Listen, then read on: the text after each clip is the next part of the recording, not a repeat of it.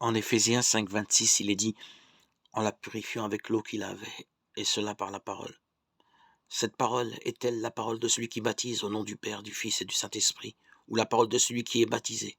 Je crois en Dieu le Père, en Jésus-Christ, en l'Esprit Saint. Peut-être les deux. En tout cas, le baptême n'est pas simplement un geste, il est un bain et une parole qui donne à ce bain sa signification chrétienne. Le don de Dieu est la foi du baptisé. Le baptême est une rencontre, celle de la grâce de Dieu et de la liberté de l'homme.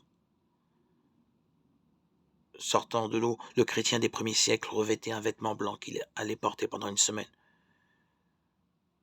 Vous avez revêtu l'homme nouveau, renouvelé à l'image de son Créateur. Colossiens 3,10.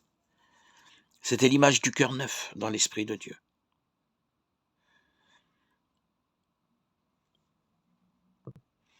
Le nouveau chrétien apprenait que la vie d'un croyant est une lutte contre le mal. Je vous invite à voir Éphésiens 6, 13, 17. Pour saint Paul même, la prière peut être un combat. Romains 15, 30. Colossiens 4, 12. Non, la vie chrétienne n'est pas une croisière sur un fleuve tranquille. La lutte n'est pas facultative. Par le baptême, le chrétien affirme que le Christ est ressuscité.